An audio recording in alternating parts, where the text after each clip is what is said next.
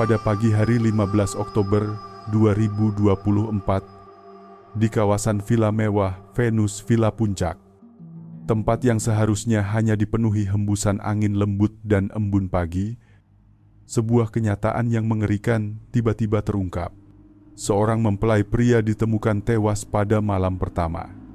Sementara sang pengantin wanita tergeletak tak sadarkan diri di lantai dengan napas yang tinggal tersisa tipis saja.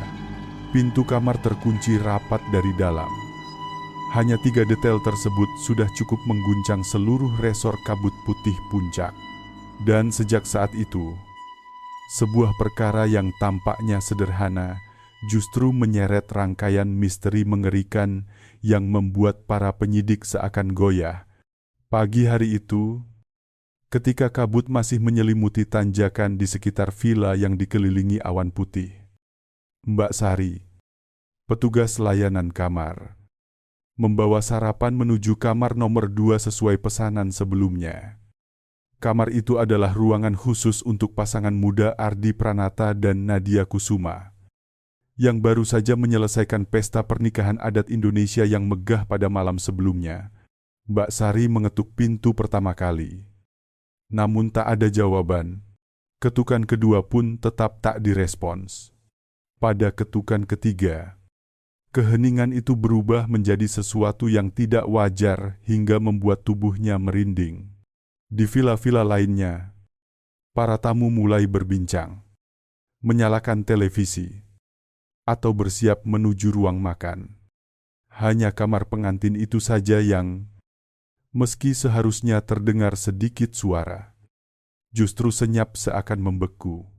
Perasaan tak nyaman menyelimuti dirinya, membuat Mbak Sari segera melapor kepada manajer.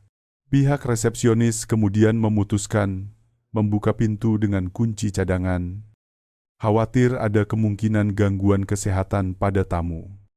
Ketika pintu terbuka sedikit, ruangan yang semalam dihias dengan bunga dan lilin romantis tampak berkilau. Namun, kini dalam keadaan yang membuat Mbak Sari seketika terpaku mempelai pria, Ardi Pranata, terbaring kaku di atas ranjang. Tubuhnya telah dingin. Sementara itu, Nadia Kusuma tergeletak di lantai. Napasnya begitu lemah hingga hampir tak terdengar. Tidak ada tanda pertengkaran. Tidak ada jejak upaya masuk paksa. Tidak ada bekas perlawanan. Hanya ada 2 gelas anggur merah perayaan dan keheningan mencekam yang memenuhi kamar. Pintu terkunci dari dalam. Jendela terpasang kait rapat. Dan tidak ada satupun benda bergeser. Sebuah TKP, ruangan tertutup yang terlalu sempurna untuk dianggap kebetulan. Hanya beberapa menit kemudian, suara sirene kendaraan polisi menembus kabut pekat Puncak. Tim penyidik yang dipimpin Kolonel Polisi Dimas Hartanto langsung mengamankan area. Tak seorang pun memahami bahwa saat itu menjadi titik awal dari sebuah perkara tragis. Memuat lapisan tentang cinta, dendam, dan rahasia yang terpendam, hal-hal yang hanya benar-benar dipahami oleh satu orang saja dalam lingkaran kisah ini. Ketika anggota Polda Jabar tiba di villa yang diselimuti kabut, embun pagi masih begitu tebal hingga setiap tetes air tampak jelas pada cahaya lampu lorong. Kolonel Polisi Dimas Hartanto, pemimpin penyelidikan, melangkah cepat memasuki kamar 502. Tatapan tajam khasnya langsung menyisir setiap sudut ruangan. Ia sama sekali tidak terkejut melihat seorang mempelai pria tewas di ranjang dan mempelai wanita pingsan di lantai. Tragedi semacam itu sudah sering ia hadapi sepanjang kariernya. Hal yang paling membuatnya terpaku justru adalah kerapian yang tidak berubah. Sebuah kamar tempat kematian terjadi, namun tetap sempurna, seperti tidak ada apa-apa. Selalu merupakan tanda yang sangat mencurigakan. Ia segera memerintahkan penutupan seluruh lantai, memasang segel di lorong, dan menjaga seluruh barang tetap pada tempatnya. Penyidik mengambil foto, merekam video, dan menandai setiap bukti sekecil apapun. Setiap serpihan, Setipis apapun goresannya, bisa menjadi kunci pemecahan misteri di balik kematian Ardi Pranata. Ardi terbaring di ranjang dengan posisi telentang. Tubuhnya kaku, tetapi wajahnya tidak menunjukkan tanda kepanikan. Tidak ada bekas pergulatan, tidak ada lebam, tidak ada cedera. Matanya terpejam lembut seperti sedang tidur. Namun sudut bibirnya menggelap, memberi petunjuk adanya gangguan pada sistem pernapasan. Bantal yang berada di sampingnya tetap rapi. Spray pun tidak bergeser. Jika ini pembunuhan, pelakunya sangat berhati-hati atau sama sekali tidak menyentuh korban. Di bagian bawah, Nadia Kusuma mendapat pertolongan pertama dari tim medis. Napasnya ringan dan lambat. Denyut nadinya begitu lemah, seperti seseorang yang terperosok dalam tidur yang sangat dalam.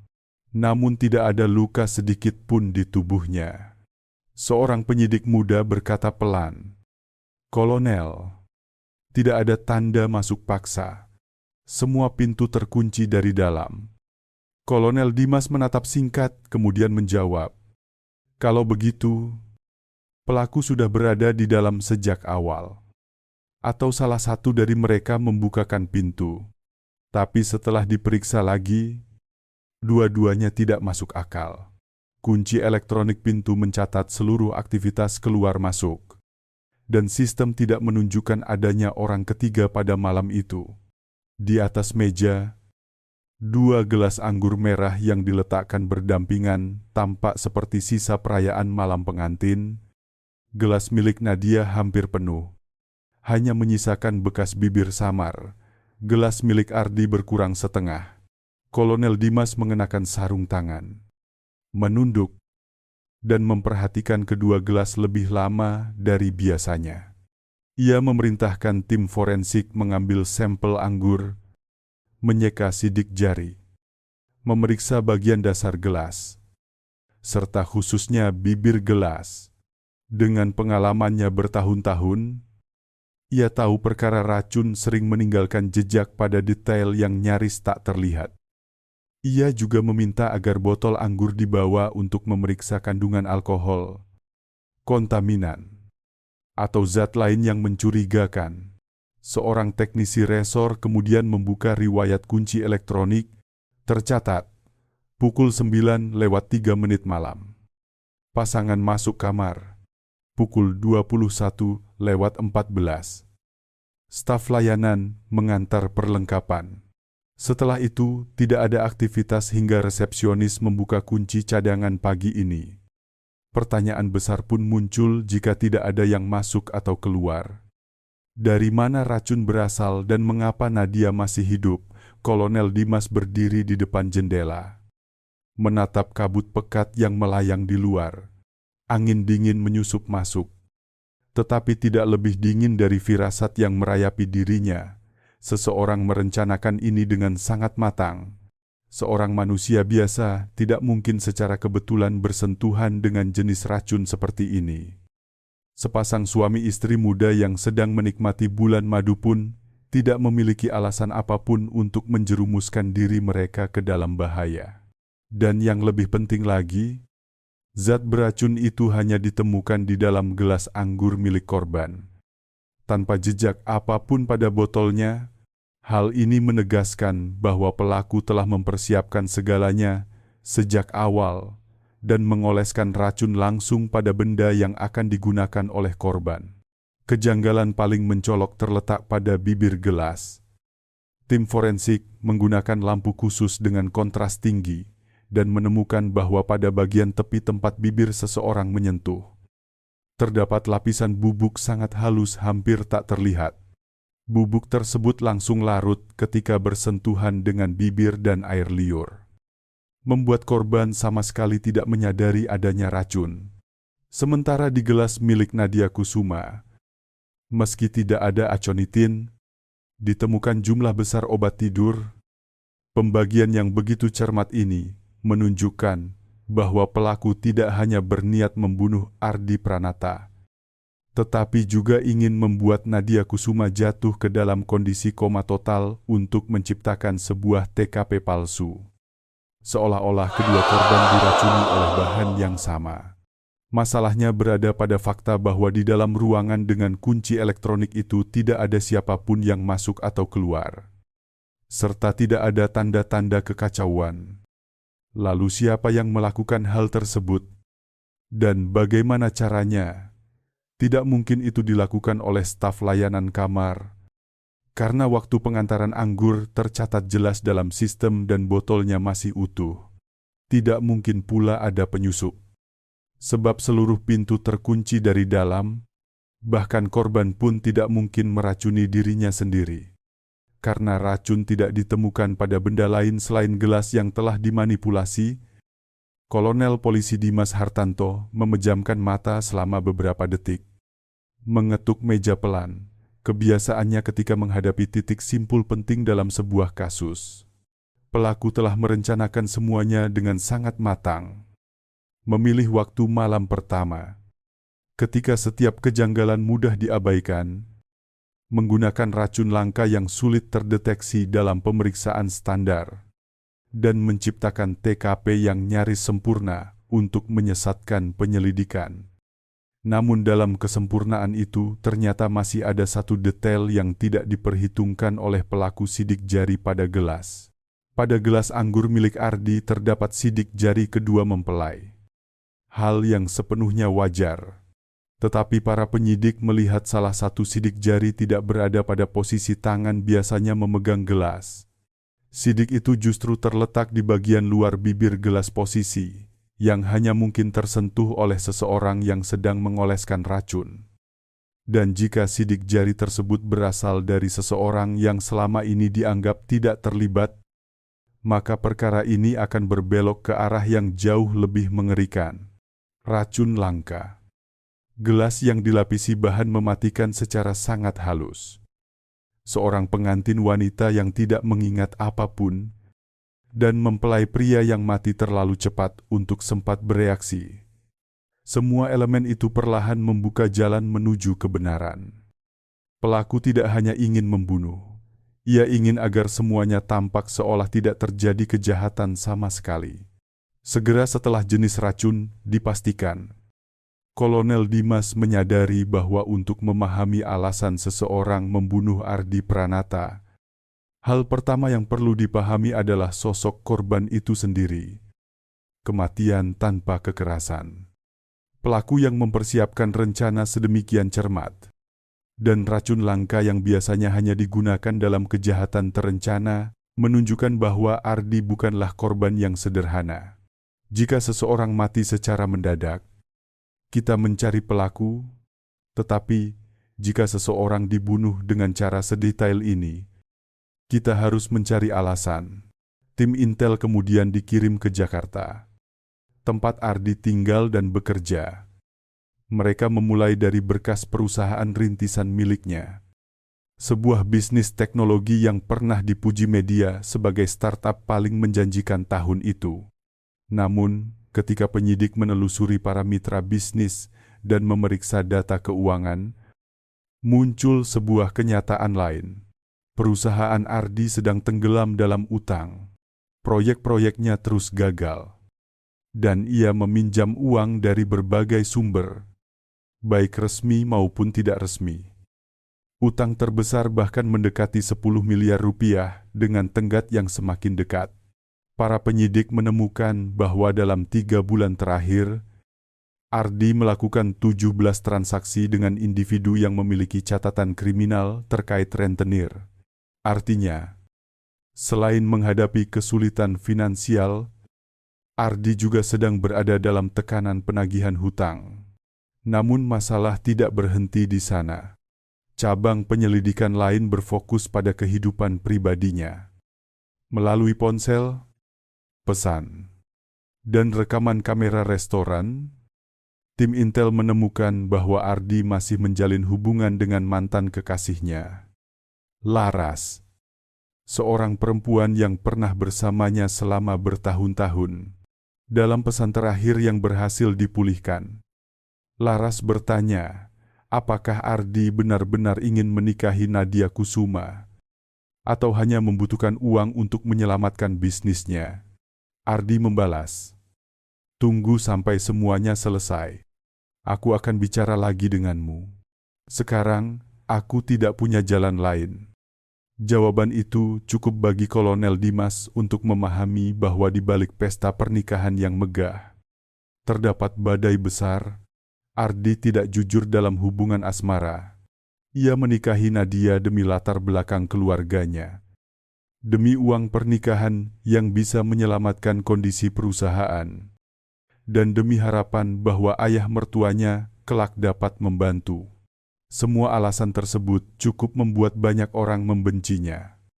Dari mantan kekasih yang merasa dikhianati, mitra bisnis yang merasa dirugikan, hingga istri baru yang tidak mengetahui apa-apa.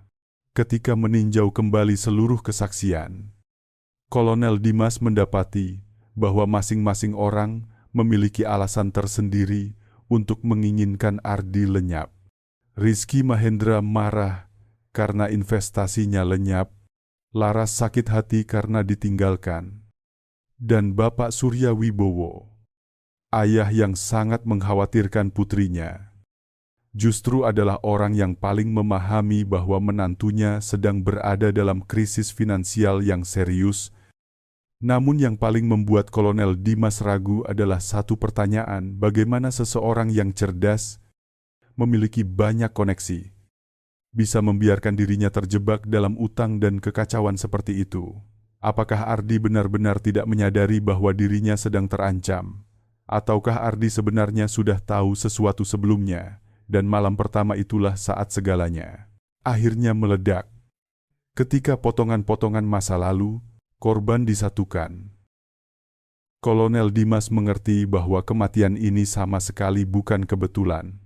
Ini adalah hasil dari serangkaian keputusan keliru, kebohongan yang menahun, dan sebuah kehidupan yang telah lepas dari kendali.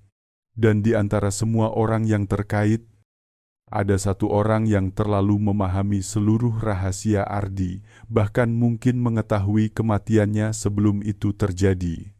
Ketika gambaran tentang masa lalu Ardi semakin jelas, Kolonel Dimas kembali mengarahkan perhatian pada TKP. Ia tahu bahwa sekuat apapun motif seseorang, pelaku pasti harus muncul dalam kawasan villa pada malam kejadian. Dan jawaban satu-satunya mungkin ada di sistem kamera keamanan resor yang sering dianggap remeh oleh pelaku. Padahal justru bisa menjadi pedang bermata dua yang mematikan. Sebuah tim teknis diturunkan untuk mengekstraksi seluruh 16 kamera di area resor. Menelusuri setiap frame adalah pekerjaan panjang dan membosankan. Namun bagi penyidik berpengalaman, semakin teliti pelaku mempersiapkan rencananya, semakin besar kemungkinan ia melakukan kesalahan kecil. Beberapa jam pertama tidak menunjukkan apapun. Pintu utama, lobi samping, area kolam renang, zona BBQ luar, ruangan semuanya normal. Bahkan lebih tenang daripada malam-malam biasa. Hingga menjelang tengah malam, resor diselimuti kabut begitu tebal hingga rekaman kamera sedikit buram. Namun tidak ada sosok asing yang terekam. Baru menjelang pukul 1 dini hari, ketika mereka sampai pada kamera di sudut tersembunyi dekat dapur layanan lokasi yang jarang diperhatikan, seorang penyidik tiba-tiba menghentikan rekaman. Dalam tampilan hitam putih yang dipenuhi kabut, tampak sosok seseorang mengenakan seragam petugas kebersihan, memakai topi, dan masker yang menutupi hampir seluruh wajah. Orang itu mendorong sebuah troli kecil melintasi lorong samping. Cahaya lampu kuning membuat bayangan tubuhnya tampak panjang dan aneh. Putar kembali 10 detik sebelumnya. Perintah Kolonel Dimas. Rekaman diputar ulang secara lambat. Hal pertama yang mencolok adalah cara berjalan sosok itu.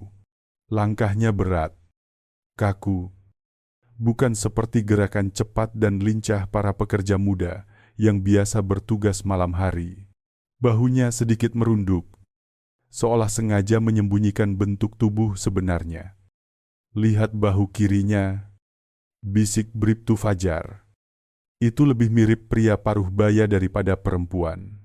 Pada frame berikutnya, Sosok itu berbelok menuju dapur samping, tempat yang memungkinkan akses ke air, kain lap, alat pencampur minuman, dan terutama lorong menuju area staf, tempat seragam biasanya digantungkan. Anehnya, setelah sosok itu masuk dapur, tidak ada kamera lain yang menangkap keberadaannya lagi. Untuk memastikan, penyidik segera memeriksa daftar staf yang bertugas malam itu. Semua orang berada di posisi masing-masing pada jam kemunculan sosok tersebut. Tidak ada yang memiliki postur serupa, dan tidak ada yang punya alasan untuk berjalan diam-diam dengan cara mencurigakan seperti itu. Kesimpulan satu-satunya adalah sosok dalam rekaman bukanlah pegawai resor. Ia menyamar. Kolonel Dimas menatap layar monitor tajam, lalu mengucapkan sebuah pertanyaan dengan suara rendah, namun cukup membuat ruangan terdiam. Siapa yang cukup mengenal resor ini? Tahu letak kamar nomor 2, tahu jalur staf, dan cukup tenang untuk bergerak seperti ini pada malam pertama. Tidak ada yang menjawab, tetapi semua orang memahami sosok dalam video itu bukanlah orang asing. Ia adalah seseorang yang sangat mereka kenal dan memiliki motif. Bapak Surya Wibowo, ayah dari Nadia Kusuma, menjadi bagian kunci dalam rangkaian teka-teki ini. Berdasarkan keterangan dari pihak manajemen resor, keluarga Surya Wibowo diketahui telah berkunjung ke tempat tersebut 2 kali sebelum pesta pernikahan digelar. Kunjungan terakhir terjadi 1 minggu sebelum acara. Saat ia datang untuk memeriksa kamar pengantin, membahas dekorasi, serta meminta tingkat privasi penuh untuk putrinya. Pada kesempatan itu, ia bahkan diberi kartu akses sementara ke area staf agar mudah berkoordinasi dengan pihak housekeeping. Artinya, ia mengetahui tata letak lorong staf, jalur pelayanan, hingga lokasi penyimpanan seragam. Ia tahu bagaimana staf bergerak, tahu di mana seragam digantung, dan tahu cara berpindah tempat tanpa menarik perhatian. Di saat yang sama, tim investigasi yang menangani toksikologi melaporkan satu hal penting. Aconitin bukanlah zat yang mudah diperoleh. Tetapi bagi seseorang yang memahami herbal dan ramuan tradisional Indonesia, racun tersebut dapat diekstraksi dengan teknik tertentu. Dalam riwayat hidupnya, Surya Wibowo pernah mengelola usaha herbal tradisional bertahun-tahun lalu. Dengan begitu, 2 potongan besar teka-teki pun menyatu. Setelah tim penyidik mencocokkan postur tubuh dalam rekaman video, terlihat jelas bahwa sosok tersebut memiliki tubuh kokoh, tetapi langkahnya agak kaku, ciri umum pria berusia lanjut. Ketika tinggi badan dalam rekaman dibandingkan dengan data resmi Surya Wibowo, hasilnya cocok tanpa ada perbedaan berarti. Namun Kolonel Polisi Dimas Hartanto tidak mau terburu-buru. Dalam kasus kompleks seperti ini, bukti konkret lebih penting daripada intuisi. Karena itu, ia memerintahkan pemeriksaan sidik jari pada gelas anggur milik Ardi Pranata. Tempat jejak yang sejak awal dinilai tidak wajar karena berada di posisi yang hanya muncul ketika seseorang mempersiapkan gelas, bukan ketika memegangnya secara normal. Saat hasil perbandingan dikirim, ruangan rapat seketika sunyi. Salah satu sidik jari itu cocok dengan milik Surya Wibowo. Tak seorang pun berbicara, namun semua memahami bahwa sosok dalam video kemungkinan besar adalah ayah yang sejak pagi tampak dipenuhi kesedihan. Kolonel Dimas meletakkan berkas, mengangkat kepalanya dan berkata tegas, "Sudah waktunya meminta Bapak Surya Wibowo hadir untuk pemeriksaan lanjutan. Sejak perkara ini lebih bersifat dugaan. Ia bergerak mendekati kebenaran. Kebenaran yang mungkin jauh lebih pahit daripada yang dibayangkan siapapun." Ketika sidik jari di gelas terbukti milik Surya Wibowo, arah penyelidikan menjadi jelas sepenuhnya. Namun bagi Kolonel Dimas, Menangkap pelaku tidak sulit. Yang sulit adalah membuat pelaku mengatakan sendiri apa yang sebenarnya terjadi. Seorang ayah yang cerdas, tenang, dan luwes, seperti Surya, tidak akan mudah mengakui kesalahan tanpa tekanan psikologis tertentu. Karena itu, Kolonel menyiapkan sebuah sesi interogasi khusus, bukan memaksa, tetapi menggugah sisi emosionalnya. Interogasi dilakukan di sebuah ruangan kecil dengan cahaya lampu kuning yang hangat. Surya Wibowo memasuki ruangan dengan wajah yang letih dan mata yang masih tampak bengkak. Ia duduk, kedua tangan menggenggam lututnya erat-erat. Ia belum sadar bahwa yang duduk di hadapannya bukan sekadar penyidik, tetapi ahli strategi yang piawai membaca kejiwaan manusia. Kolonel Dimas mulai berbicara perlahan. Pak Surya, saya tahu Bapak menyayangi putri Bapak. Saya juga tahu Bapak selalu memikul tanggung jawab dalam keluarga. Tapi ada sesuatu yang masih mengganjal di kasus ini. Surya hanya mengernyit pelan. Tidak menjawab. Saya ingin Bapak melihat rekaman ini, ujar Kolonel sambil memutar video sosok berseragam mendorong troli di lorong resor. Orang ini tampak berjalan seperti pria yang sudah berusia matang. Ia bukan staf resmi, tetapi ia menuju area yang hanya staf sebenarnya yang tahu. Pandangannya goyah, tetapi ia masih berusaha tenang. Kemudian Kolonel menaruh berkas forensik di atas meja, dan ini adalah sidik jari yang ditemukan pada gelas. Letaknya tidak sesuai posisi tangan ketika memegang gelas secara wajar. Hanya orang yang mempersiapkan gelas yang bisa meninggalkan jejak seperti itu. Surya menunduk. Keheningan selama 10 detik terasa seperti dentuman keras di ruangan itu. Dalam interogasi, 10 detik diam dari tersangka bernilai lebih dari 100 pertanyaan. Kolonel berkata pelan namun dalam. Kalau seseorang ingin membunuh Ardi, ia harus punya alasan yang sangat besar. Bukan karena uang, tapi karena cinta. Cinta yang berubah bentuk karena ketakutan, karena ingin melindungi seseorang, sampai akhirnya menjerumuskan orang lain ke tragedi. Tangan Surya mulai bergetar. Pak Surya, lanjut Kolonel. Cinta itu memang sesuatu yang baik, tetapi ketika cinta berjalan tanpa akal sehat, ia bisa berubah menjadi racun yang lebih mematikan daripada apapun. Ucapan itu menghantam pertahanan Surya. Ia mengangkat wajahnya. Mata memerah, bibir bergetar. Saya hanya ingin melindungi Nadia. Anak itu terlalu baik. Saya tidak ingin dia menderita. Suaranya pecah. Lalu ia menangis terisak seperti anak kecil. Saya tahu Ardi berbohong padanya, tahu dia terlilit utang, saya tahu semuanya. Saya tidak bisa membiarkan putri saya hidup dengan pria seperti itu. Saya hanya ingin menyelamatkannya. Ia menceritakan seluruh kejadian sambil menangis. Bahwa ia datang lebih awal ke resor, meminjam seragam, mengamati lorong layanan, menyiapkan racun, menunggu malam ketika semua tamu tidur, lalu menyamar dan masuk ke kamar menggunakan kunci salinan. Ia memasukkan obat tidur ke gelas Nadia, lalu mengoleskan akonitin pada bibir gelas Ardi. Semua hanya berlangsung beberapa menit, namun cukup untuk mengakhiri hidup seseorang. Setelah selesai, ia tidak memohon keringanan. Ia hanya berbisik, "Saya salah. Tapi saya pikir itu satu-satunya cara menyelamatkan anak saya." Kolonel menepuk bahunya. Bapak menyelamatkan putri Bapak dari pernikahan buruk, tapi menggantinya dengan hidup yang dibayangi fakta bahwa ayahnya adalah seorang pembunuh. Itulah luka yang paling besar. Interogasi selesai. Surya digiring keluar.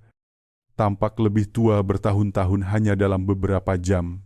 Setelah pengakuan, langkah berikutnya adalah rekonstruksi.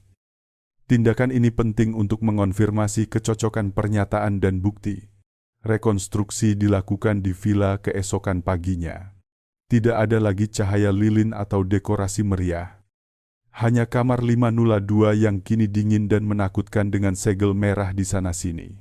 Surya diperintahkan memperagakan ulang seluruh tindakan. Ruangan sunyi, setiap suara pena yang menulis terasa berat. Surya memulai dari pukul 23 malam. Ia memilih waktu itu karena tamu telah tidur. Staf jarang lalu lalang.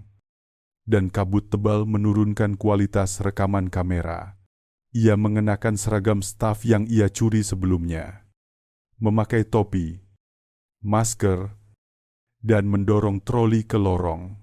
Semua orang melihat kecocokan sempurna antara dirinya dan sosok dalam rekaman tidak bisa disangkal. Ia menuju dapur samping, membuka kamar dengan kunci salinan. Di dalamnya, Ardi dan Nadia sedang menikmati anggur tanpa kecurigaan apapun. Dengan suara bergetar, ia berkata, "Saya hanya ingin Nadia tertidur, supaya tidak melihat Ardi mati di depannya." Ia menuangkan obat tidur ke gelas Nadia, lalu mengoleskan akonitin ke gelas Ardi. Gerakannya sama persis seperti dugaan forensik. Semuanya selesai kurang dari 2 menit. Ketika pergi, ia menyusun ulang segala sesuatu seperti semula dan menutup pintu menggunakan teknik benang untuk mengunci dari dalam. Rekonstruksi membuktikan bahwa caranya memang memungkinkan dengan sistem kunci elektronik villa. Kolonel menatap gelas anggur yang diletakkan kembali di meja. Tersinari cahaya matahari. Tempat sebuah rencana pembunuhan sempurna pernah terjadi. Berkas akhirnya selesai.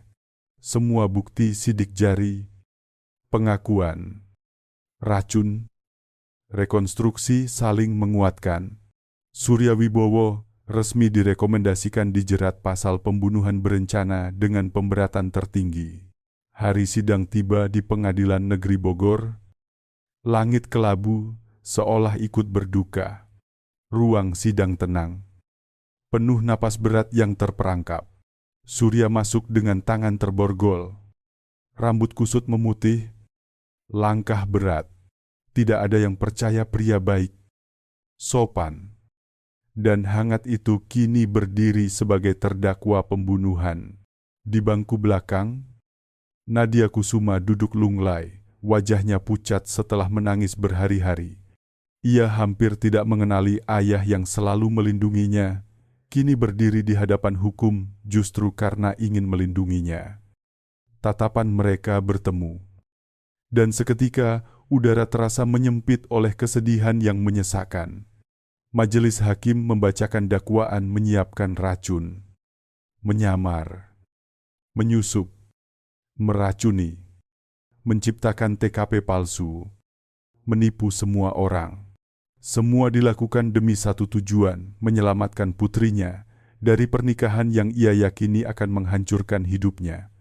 Namun dalam cinta yang buta itu, ia lupa satu hal: Nadia tidak butuh pahlawan yang berpijak pada kejahatan. Ia butuh ayah yang tetap tegak berdiri di hadapan hukum.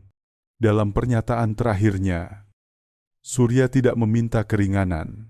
Ia hanya berkata dengan suara begitu serak, hingga banyak orang menunduk. "Anakku, ayah minta maaf. Ayah mencintaimu, tetapi ayah memilih jalan yang salah. Ayah melakukan hal yang tidak boleh dilakukan seorang ayah." Nadia langsung menangis terisak. Suaranya menggema di ruangan sunyi itu seperti palu terakhir yang mengetuk vonis di hati ayahnya. Pengadilan menjatuhkan hukuman mati kepada Surya Wibowo. Tidak ada yang memprotes, bahkan Surya sendiri. Ia memahami harga yang harus dibayar untuk mengambil nyawa orang lain. Apapun alasannya, Ardi meninggal. Nadia hidup dengan trauma sepanjang hayat. Surya kehilangan semuanya, keluarga runtuh. Masa depan putrinya dibayangi aib, dan dirinya menjadi catatan kelam dalam sejarah peradilan. Namun di balik itu semua, perkara ini meninggalkan satu pelajaran: cinta tanpa akal sehat adalah pisau yang paling tajam. Ia bisa membutakan, menyesatkan, dan menghancurkan justru orang yang ingin dilindungi. Saat meninggalkan ruang sidang, Kolonel Polisi Dimas Hartanto menatap langit yang kelabu dan bergumam dalam hati. Dalam setiap kasus, pelaku bisa dihukum, korban bisa dibela, tetapi luka di hati orang yang masih hidup akan tetap tertinggal selamanya. Perkara selesai, namun luka itu tidak.